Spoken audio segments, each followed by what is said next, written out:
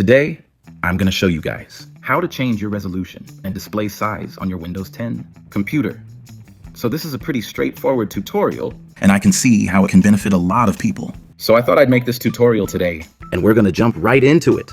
And we're going to start by heading over and left clicking on the start button to open up the start menu.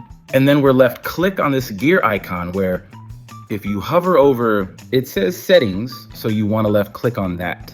So now in this new settings window, you want to left click on the first tile that should say systems. You want to left click on that. And then the first option or first setting underneath system should say display. You want to make sure you're underneath display here. And then on the right side, you want to scroll down using the scroll bar. And then you can also close out of the settings window here. And then you go back to star menu, left click on it to open it up, and then type in screen resolution.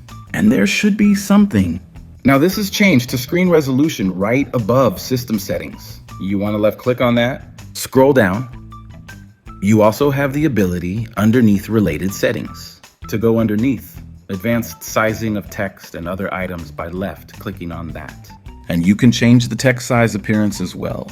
So it's pretty straightforward and it's pretty self-intuitive. But anyway, I hope this brief tutorial was able to help you guys out.